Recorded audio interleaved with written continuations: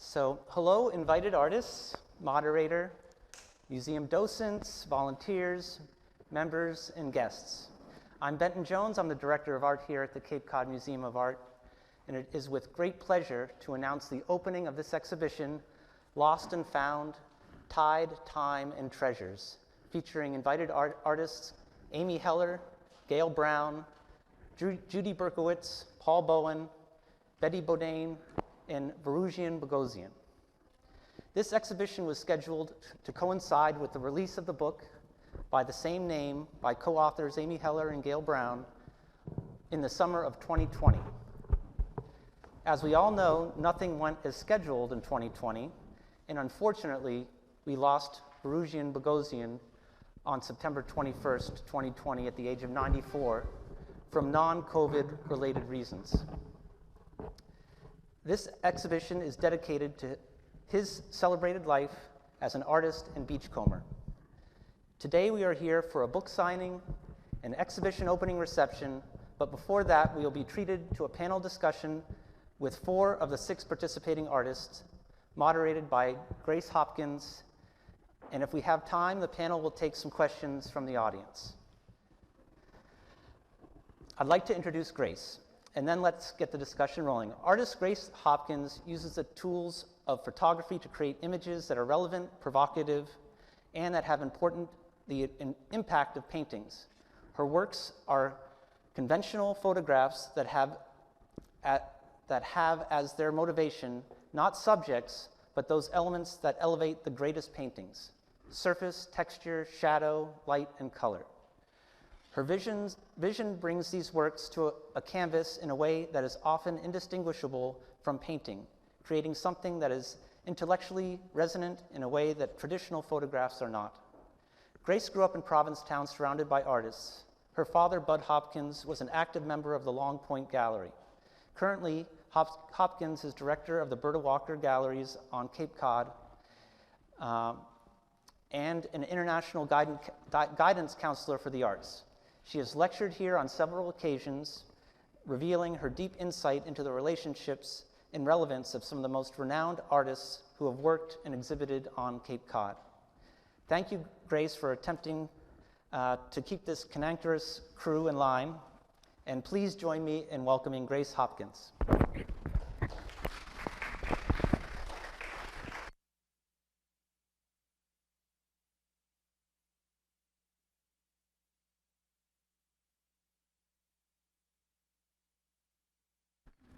Great. Can you hear me? Oh, sorry. Okay. Hi. Welcome. What a great day to be under the sea in here and find some treasures. So I thought we would start with just having everyone introduce themselves a little bit, from Gail to Betty, and just take a couple of minutes each maybe just to introduce yourselves and tell the audience who you are. Hello, everyone. How am I? Okay? All right. I am Gail Brown. I live in Provincetown, and I've lived there over 50 years, year-round. And when I first came to Provincetown, I came from the Midwest, and I had never seen the tide go out. So after I unpacked at the White Horse Inn, I crossed the street. The tide was high. The wind was on shore, and the waves were slapping, and it was very exciting. The next morning, I got up with that kind of excitement, and I expected the same thing, but there was no water. Lake Erie didn't do that. So I wandered out, and that was it. That was it for me. Looking around the grasses and just being totally awestruck by the life that was going on there. Subsequent years, I raised a family and did a lot of I have twin girls, and I taught them beachcombing and in the summertime. And eventually they did leave, so I had a lot of time on my hands, and I spent as much as I could down on the beach. And it was just a transforming experience for me in terms of the sense of history and the richness of who we were and where we started as a country, and incredible to find an archival piece of something that had fallen out of somebody's hand or that they threw away, and then it came to me. I'm sure a lot of you have this experience. But I think I took it overboard, so to speak. And just to prove that I know what I'm talking about, in my backyard I didn't bring it here because it's a 50-gallon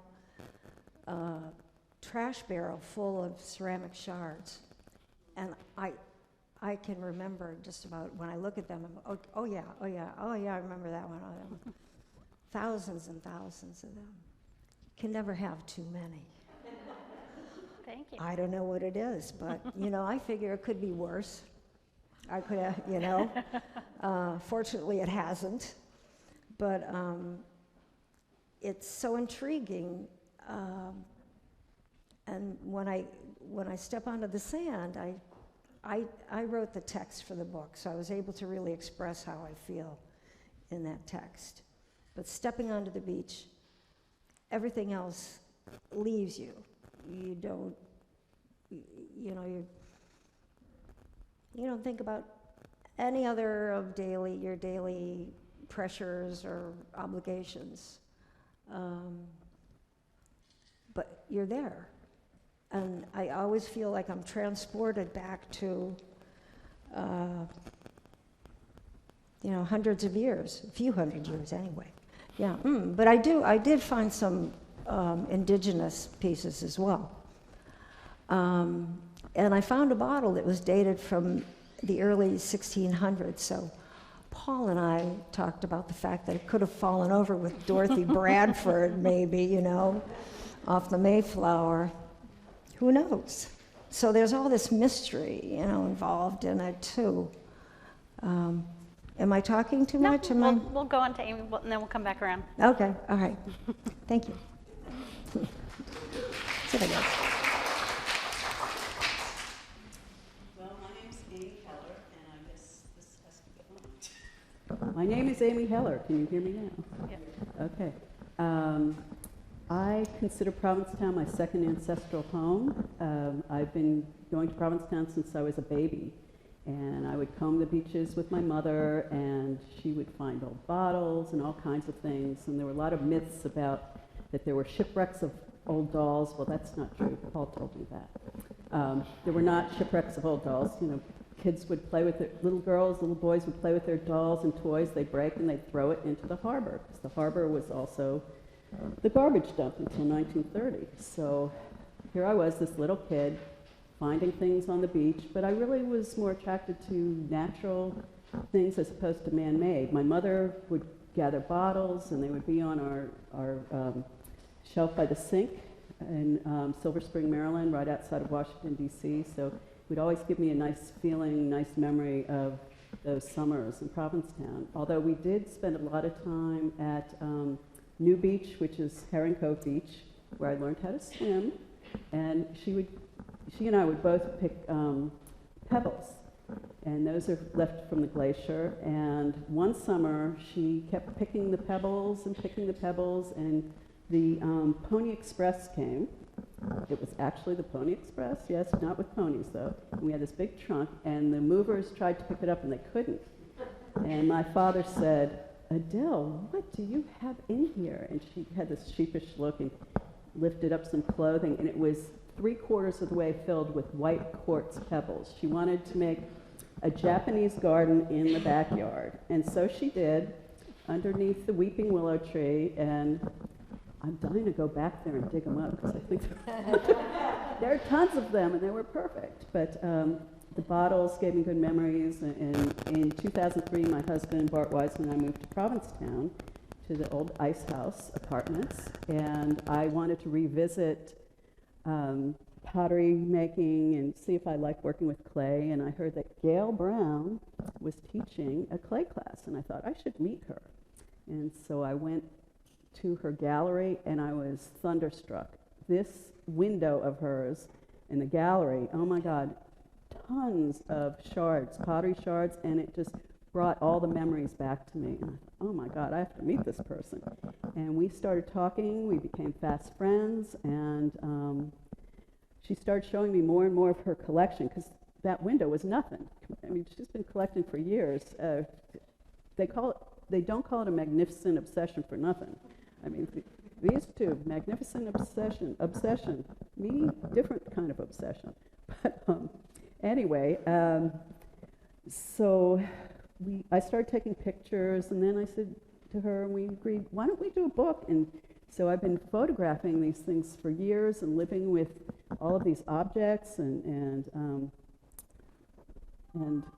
the rest is history, really. But I've been making art since I was born, and I love living on Cape Cod, and I'm really thankful to be here today, because with COVID, with the show being postponed because of COVID, I am grateful and thank you for all of you being here, and I wanted to thank all the artists in the book and Grace for being our moderator, and special thanks to the museum, because they've done incredible work here with our exhibit and all the exhibits and music. And if you guys are not members of this museum, become members of the Cape Cod Museum of Art. It is such a great place. I have to tell you, I hadn't been out for about a year or so, and the first thing I did was come to this museum, and I felt like I was home again, because, oh my God, I'm looking at art.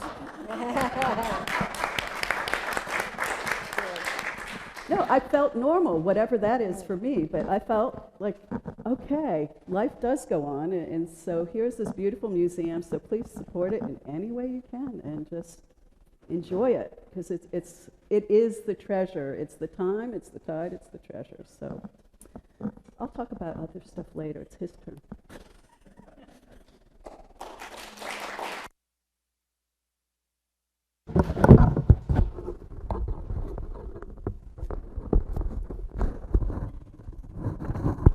Okay, I hope you can hear me.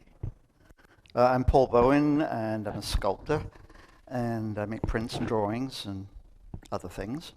And I was born in a seaside town in Wales, and came to the Cape in 1977, and lived here for about 30 years.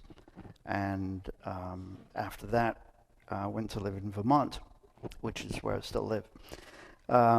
But the Cape and Provincetown in particular has stolen part of my soul. And I'm kind of helpless and hopelessly in love with the beach and beachcombing and being surrounded by water. And not too far away, I have a river at the bottom of our garden. And some of the, not any of the artifacts, but some of the materials in the sculpture are from objects found here, but also in Vermont. So for instance, Hurricane Irene did incredible damage in the area where we live now in southern Vermont. And luckily for me, vast amounts of debris washed ashore right where we live. So I can't get away from this craziness. So I'm here for, I think, 4 days this week, 4 nights. I went beachcombing yesterday evening. They're really big tides right now. Went to a very secret location. You can't ply me with drinks either, because I don't drink. And went beachcombing again this morning, 7 o'clock, right where Betty used to live. And it has the same magic and the hunt for it, whatever it is, that thing, that ineffable object that is going to change your life one way or another. And that's happened repeatedly to me. For instance, many years ago now, I found fragments of a rosebud vase that was about 7 inches high, but just little fragments. And it was a location really near where I used to live here. And I would go back on as many low tides as I possibly could. And after about 2 years, I found every single shard from that vase and was able to put it together. It's not here, but there's lots of other things for you to look at. It's in the book. Yeah, so it's talk about obsession and craziness. And I'm very grateful that somebody somewhere wanted to look at this stuff that we find and the work that we make that's related to it one way or another. And I'm very grateful for these two for the magnificent book that they've produced. Very happy to be in it and to be in this room of our work and our finds. And thanks to Benton and the museum and trustees and docents and everybody. And Betty Bodian, who was one of the first beachcombers that I met. When I arrived in Provincetown, it was to be a fellow at the Fine Arts Work Center on Pearl Street. And lo and behold, there was the bay at the bottom of the street. And it took about 10 seconds to realize that I was supposed to be here. Thanks.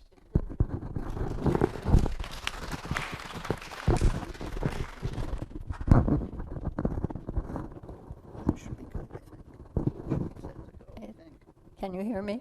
Yeah. All right. I feel everything has been said about that lure that is Provincetown, the weather, the history, the art, and as for me, about the only contribution I feel I can make is an incident. My husband and I started living here in about, I think it was about 1954 or 5. We had just come back from Europe. We were both New Yorker, New Jersey people. He's a writer. I was already involved with painting. I had gone to Cooper Union and had studied with some fine painters. And Provincetown was an echo in everything. And I had come up previously with friends, and then one time alone, and that's when I met my husband 20 minutes after I arrived in town, and he picked me up. And we became very good friends, and of course we got married. Now when we decided at some point, very typical Greenwich Village people we were, all the jewelers on 8th Street became our pals on Commercial Street.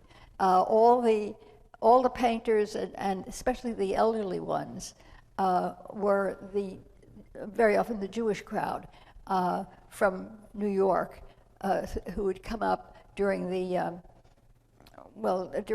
bad days of the 30s and had settled in. So we had this interesting sort of branch that we fell out to without much thinking. And we, of course, went back to New York to work and to make money so we could come back to Provincetown in the summers. We learned that we could get very easy housing up in the upper streets, and that seemed to be easy enough. We made friends very easily with all the old artists, the ones that have been acclaimed a great deal so far, and fortunately not forgotten. And we were born sort of in the wrong place, but plopped down here, and it was the right place. And it was the same for both of us, doing different things. So it was all that typical Provincetown old art thing. It was the Art Association at that time, which was very primitive but real. And so we were living in a cottage somewhere. Well, we never thought about the water. It was there. Well, of course, we loved to walk on the street and walk on the wharf. And that was pleasant. You know, it never occurred to me that it had any significance to me or for me in my life. So one day, yes, one year, and I don't remember the exact year, there was a big, what would you call it? They were digging up everything on the shore, everything on the bay shore, and putting that into a big casing, which became the public parking lot off the wharf. And I had not much interest in things like that. Probably didn't learn about it until years later. But I was walking on the beach. I think I started a little bit west of the center, where the wharf is. And I was just walking along on a beautiful low tide day, and I kept finding bottles. I mean, I was behind the bank, and I'd go out in the water, and at low tide, and all around me were these bottles sticking up, and I'd look after one or another, and they were old bottles, and they were very beautiful. They were in fairly good shape, and that was the beginning. It turned out they had taken off several, well, I don't know, decades, maybe more, of silt to put in this big box that became the parking lot. And there I was with this treasure. I went out every day. I kept piling things up. After a while, everybody caught on, and it wasn't me. They caught on the way I caught on. Oh, look at those pretty bottles. And then I got interested in the history, and I think we got interested in many things underfoot that would never have touched our consciousness. It would have been something academic to somebody, but that was the start. And later on, when I was painting a lot, I noticed that I love to do glazes. I love to use glazes in my work. I have several ways of using them, but it really was because I got so into this glass thing that was sort of entering my painting. And of course, the water itself is delicious, and the sun is delicious, and you feel little fantasies about what would it be like under the water in this weather, in that weather. So the water and the history of the town became one solid thing for me, and it's given me nourishment for a very long time. I don't paint anymore, but I wish I could. Thank you.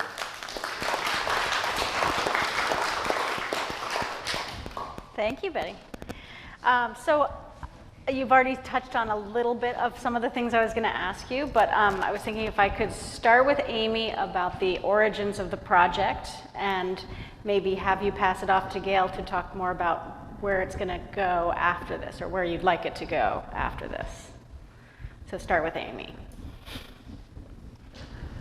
Well, I did talk about meeting Gail and how we started with the book, and we started talking about the different sections, the different periods of history, and am I answering this properly? Okay. And it started to take shape, because there are a lot of things that have to do with the fishing industry and whaling, and then there's the indigenous peoples. That's kind of the first part of the book. And as we got going with it, it also kind of suggested other things. So I was living with these collections. Like I had Paul Bowen's collection for years. I had Gail's things. I still have Betty's box. It's over there now. But and I remember just photographing these objects, and I'd have to stop myself and say, wait a minute, this is, somebody used this, or I'd try to imagine who used this, or, I'd make up a story about it. And then the funniest thing, though, and the stupidest thing, Paul has this incredible collection of domestic animal teeth, because people would bury their animals in Provincetown Harbor. Yes, they did. And so I'm looking at these teeth, and then I got totally creeped out. I'm like, oh my God. I don't know what made me do this. It was in this dirty plastic thing, and I took a whiff. I'm like, why am I doing this? And I thought, now I'm going to have mad cow disease. Well, that didn't happen, thankfully. But They're actually quite beautiful. The teeth are beautiful, and it's sad at the same time. But I love the pipes and the massive quantities. Paul had the clay pipe stems, excuse me, and we made like a pyramid of it. I mean, there are tons of them. And the massive quantities, if you look behind you there's pipe bowls. And these drawers here, there's inner ear bones of whales and clay marbles, and the drawers I love them. And I was so struck by one of the drawers that it's the cover of the book, and it's also as you enter. And let's see what else. And there's Gail's glasses over there. She has tons of glass, but the bottles, which you can see in the book, her bottle collection's amazing, and so is Betty's. And what's really neat is Betty has this piece of Provincetown, but in New York City. It's kind of like me growing up in Silver Spring, Maryland, with a piece of Provincetown there. So there's this great windowsill with the bottles. Yeah, and what avenue is it overlooking? 14th Street. 14th Street.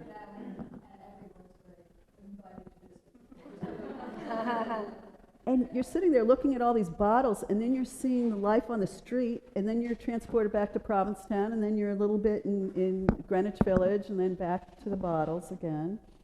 And you also have a lot of metal pieces. So these collections were just bowling me over. I have a kind of small collection from my family, and as a matter of fact, over there, you see that doll leg? I found that when I was 8 years old. And I found that on the west end of town, right by the Red Inn. And I couldn't believe my luck that I found that, because I'll tell you the truth, I'm not the best beachcomber when it comes to man-made things. I love skate egg cases and shells and pebbles, so I have different collections.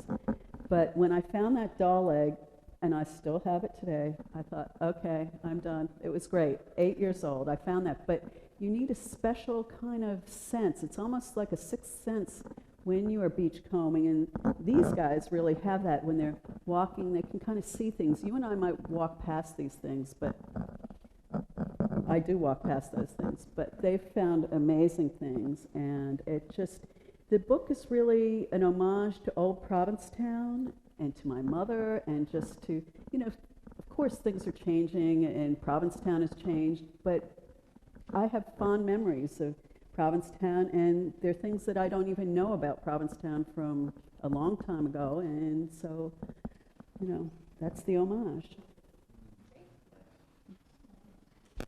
And then, Gail, if you could follow up with sort of where you see, what are the takeaways that you are thinking of from the book and the project? What kinds of takeaways are you thinking from the book? Like from the reader's perspective, what would you like people to take away from it? Well, if I could sort of continue from where Amy left off, it fell upon me to make some kind of sense out of all of these collections.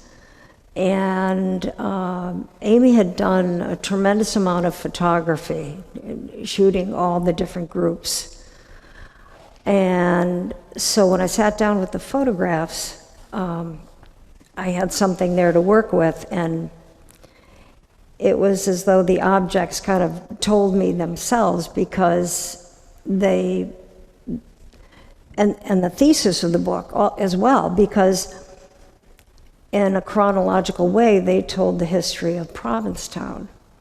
I mean, we're talking about thousands of objects, but some of the things, came from the 1600s, the 1700s, and you would see how the materials would change.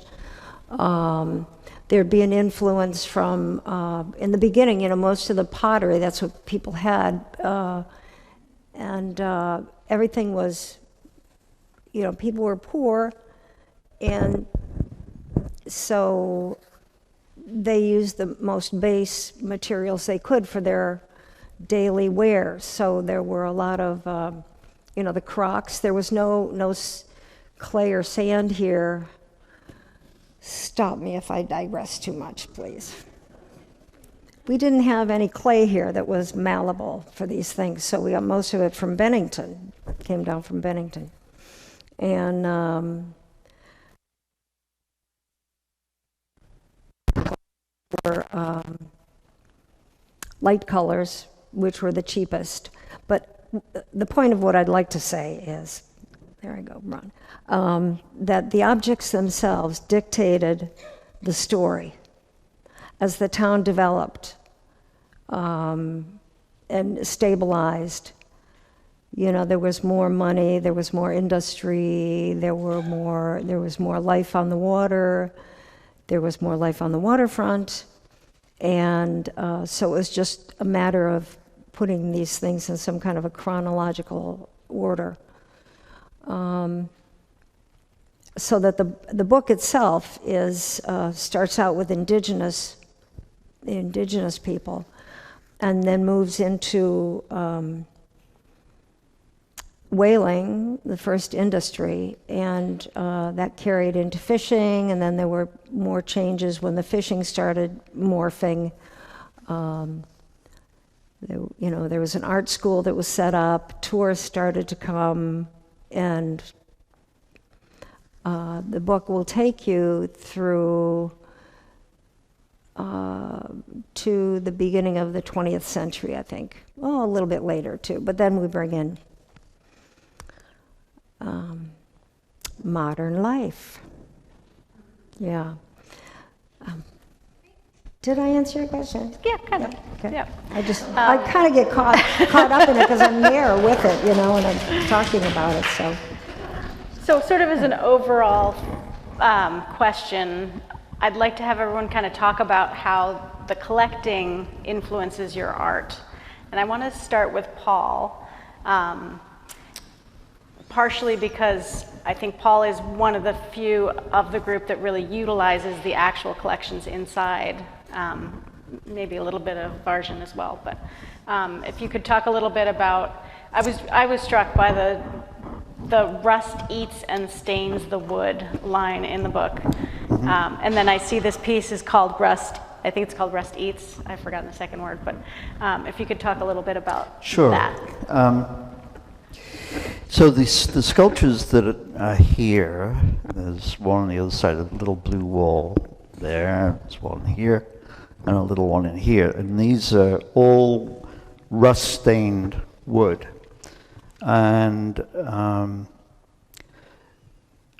something I'd like to sort of, I'll get back to this, but something that's a good sort of rule of thumb to remember is that the waterfront in Provincetown and waterfronts all over the place were the center of industry for hundreds of years before people came and lay on them and sunbathed and, you know, had fun, which is what we think of as beaches being these days a sort of recreation. But a few years ago, I was visiting an island in the Bay of Fundy, and the beach in the village where I was staying is still very much an industrial center, where there are boat builders, there are people building lobster traps, there's fish processing, it's smelly. There are lots of little piers that still go out, which we used to have huge numbers of on the Cape. And almost every one of those piers has outhouses, and there's no septic system. The effluent just goes directly down onto the beach. And stinky. And if you walk around without watching where you're walking, you may be in for a surprise. And I remember watching at a wharf a perfectly white small fishing boat empty fishing boat come in. I was fishing off the wharf for flounder. This boat came and moored alongside the wharf, and you could see inside, and it was perfectly white. It was extraordinary. The whole boat was white. And there was a pipe that came from a herring plant, just, couple of hundred feet inland. And there was a hose that came down the wharf, and they put that end of the hose, a big, big thing like this, not like a garden hose, and they put it into the hold of the boat, and they turned a valve on, and thousands and thousands of gallons of scales and blood and fish parts, unused fish parts, were filled up into this perfectly white boat. And to think that our waterfront, I mean, yes, we think of, yes, there's still Cape Cod fishermen, and they have fish boxes filled with fish, and the boat, the truck comes and picks it up and takes it off to fish market. It's true, there is still some of that. But the really hardcore industry, we talk about fishing industry, is to a very large extent gone. And all along the waterfront, there used to be chandlers, people who supplied everything that the fishing and whaling industry needed, everything from blacksmith shops to sail makers, and also whales in pieces were brought ashore, or small whales like pilot whales literally driven ashore and butchered on the beaches. And there are photographs available. If you look at old photographs of the Cape, there's a photograph of Mr. Stull, who was known for his whale oil, especially from pilot whales, and that was an oil that was suitable for making watch and clock lubricant. We don't think about oiling a clock these days, but that used to be done. And there's a photograph of him on the beach opposite the Art Association, astride a pilot whale. He's got a very nice black jacket and a bowler hat and a huge knife, and he's cutting off the head of the pilot whale. And the pilot whales had what was called a melon in the skull, and that was the only part of the pilot whale that was used by white people, anyway. And so, I think of the beach in the old days the way it was, that we sort of think about poetically, but it was probably stank like hell. There were probably thousands and thousands of gulls and other seabirds and rats, and who made the beach their livelihood and eating place, just as the human beings did. And what we're seeing and what we find are just, the for the most part, biodegradable little tiny bits and pieces. If you think that Provincetown especially must have had a largely Catholic population with far, far bigger population of people than there is today, and all life really centered on the waterfront and the industries that supplied it, that we find, for instance, so many clay pipes before people knew that smoking tobacco would make you ill. It seemed, from what I've read, even children smoked the pipes, and the clay pipes are non-biodegradable. Someone drops a cigarette butt in the water, and in short order, it's gone. But clay pipes are, are fired at a very high temperature for obvious reasons, and they don't biodegrade, and the bits and pieces show up, as with the clay marbles and a lot of bone, like the ear bones, which Amy mentioned. The ear bones in some of the metal trays here, the ear bone apparently is the last part of any mammal to decay. They're very, very hard, dense calcium. And I mean, there are enough people collecting them that, they're probably not that many to be found anymore, but they are there. So why the hell am I talking about this? Anyway, I'll shut up for a moment. Paul, rust. Oh, rust, yes. So boat building happening on the waterfront, still happening today. Bolts and nuts and nails and all kinds of metal ends up on the beach, and it rusts, and where that rust breaks out, I can't think of the word, you get concretions forming of other objects, so even sand, I have, all of us find a lot of things, and so this is a very, very edited version that you see here, but I have collections of concretions that are iron from, so I've got one, for instance, a horseshoe that's got a massive concretion around it. I found clay marbles, doll's legs, doll parts, all kinds of things that get embedded with this sort of sandy concretion, sandy, rusty concretion. And I collect materials for the sculpture in types, so I have a big collection of rust-stained wood, and I've made many, many sculptures out of it. So that's what the work here is. It's from that particular group of pieces. All right, that's enough for me for now. Great.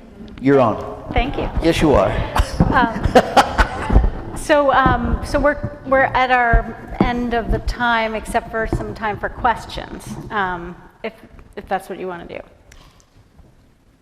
I'd like to mention something about Bogosian and about Okay. Judy Berkowitz, because they couldn't be here. Well, Paul was talking about concretions. Can everybody hear me? Okay. No? Put your mic closer. I'm sorry. Oh. Can you hear me now? Oh, God. I'm in my head. Wait a minute. Okay. So when I wanted to photograph some of, can you make it a little softer? Thanks. Okay. Some of Bogosian's collection, his favorite piece was this little lion, metal lion, and it had this huge rust concretion, and it looked like a big mane, lion's mane. And he met me at Fenizi's restaurant in Provincetown. He opened the trunk of his car. He had this jewelry bag, and he handed it over to me, and he said, "You can have it overnight, but I want it back." It's his favorite piece. So I photographed it. I brought it back to him. And then over the years, I visited him in New Hampshire, and I thought he was teasing me, and he said, "You have my lion, don't you?" And I said, "No." And I thought he was kidding. He was, straight face. And then finally I caught on. He really couldn't find the lion. And what happened was, I'd given him the lion back. He put it in the trunk of his car, and he sold the car. He sold the car. I felt terrible, even though I didn't do anything wrong, but he brought the lion just for me. And so I made sure when I photographed the lion that I gave him some photographs of it, and you can see the lion right there. And also, a very special piece that, thank you very much, Grace Hopkins, you are the director of the Berta Walker Gallery. Most of this is, yes, it's from Berta Walker Gallery in a private collection. That is a self-portrait of Varzhan Bogosian as a lion. That's the way he would see himself. So it was very important to have that lion there, both lions there. And actually, I will hand it over to Gail for a second, because in 2015, we were having a nice time at Gail's on her deck, and they were showing each other things from collections, and Gail has the piece that he's looking at right now. I'll turn mine off for a sec, then Well, for some reason, here it is, this is it. It's the hub from a wheel, because they use wagons. Long Point and Wood End, that area had a lot of wharves, and that's where they were bringing the stuff in, and then they would unload it from the boats, and then these wagons and horses would take it into town. Eventually, somebody thought, well, why don't we just take the boats into the harbor and unload it there? But in the meantime, there were all these wagons, and for some reason, Bogosian became really intrigued by this. It's the hub of a wagon wheel that I have. The wagon wheel was about 3.5 feet, and all the spokes came off, and of course they decayed, but this is, it almost petrifies the wood when it's in the salt, for 200 years or so, but he became very enamored of this. So since he can't be here, this is here, and I wondered what he saw and what he thought and where his imagination went as he was turning this over and over in his hands. Maybe what it was doing when it was part of the wagon, Okay, so anyway, he wanted to be here. This was when we were supposed to have the exhibition, so he would have been here. Sadly, he's not. But my husband and I we visited him, and he was showing us around. He had the 1 hour for lunch, and he was showing us around, and he has amazing collections of other things, and artwork everywhere, and we had seen his studios at Dartmouth College, but then he moved it away, and then his hour was up, for lunch, and he kept saying to us, off you go, off you go. He wanted us out. Off you go.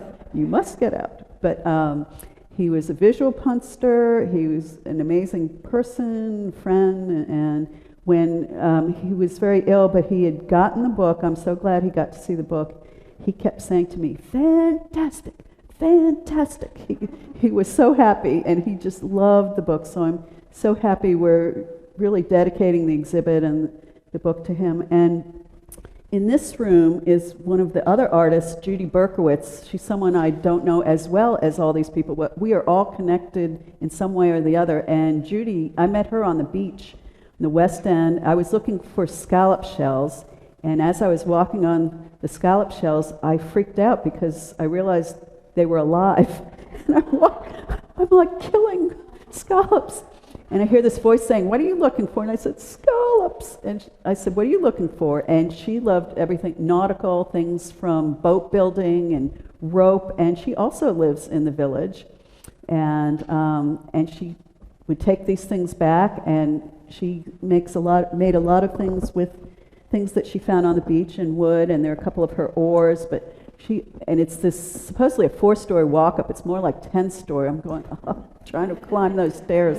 I don't know how she does it, but she could not be here today, health reasons. But I'm so glad she's part of the book because her collection was just so different. The pieces of wood and the rope, it's in the modern section of the book. And she also has quite a story because she came to Provincetown when she was much younger and stayed in a lot of the places that some of these people have stayed in, places like Tasha Hill, and we didn't want to put it in the book, but she had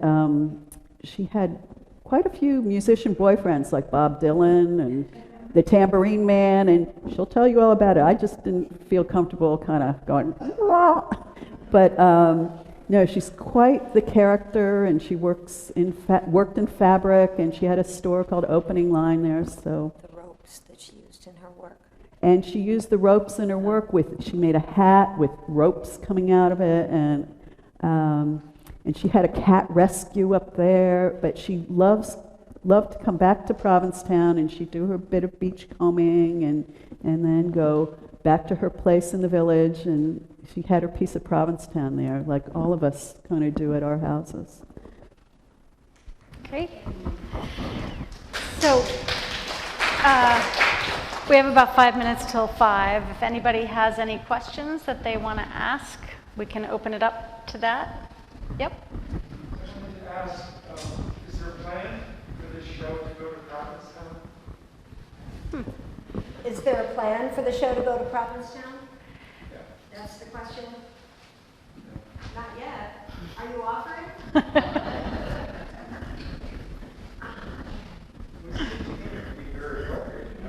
I know, yeah. We think so too. So if you guys would like to help us plan it,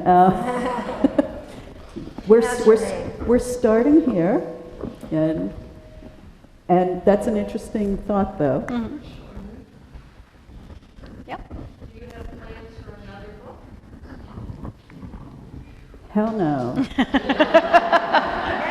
question. Yeah.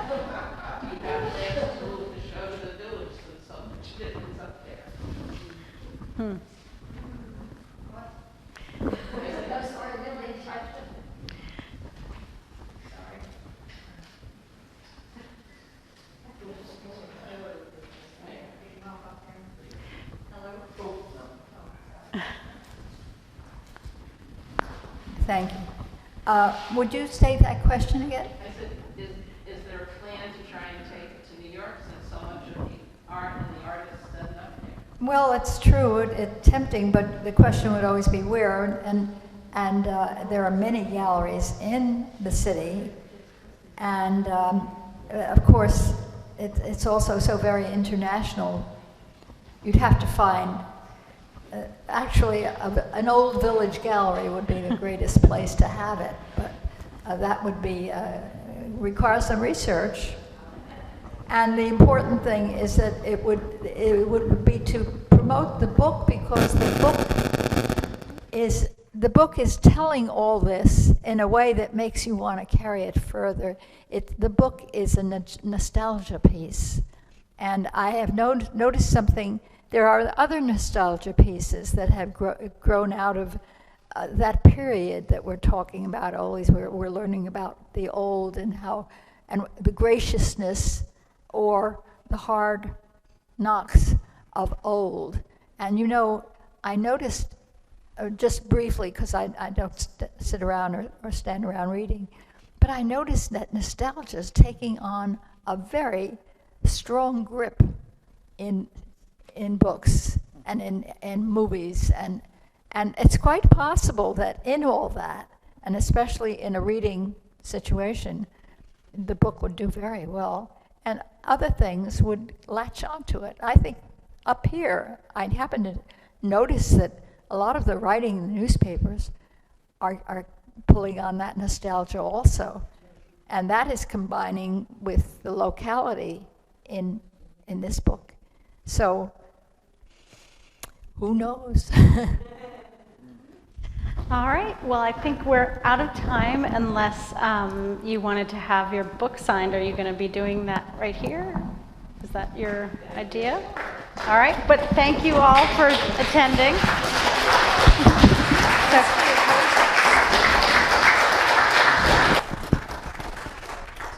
So the book signing will happen right at this table. You can purchase your book. We'll have somebody where you will take your payment for a book over, I believe, right where Bart is, standing in the corner. Then Amy and Gail will sign the books here. And there's also refreshments. There's wine and there's biscottis and some things to eat, but that's outside because we can't eat inside the building. So step outside, get some refreshments, come back, and enjoy the reception. Reception's from 5:30 to 7:30.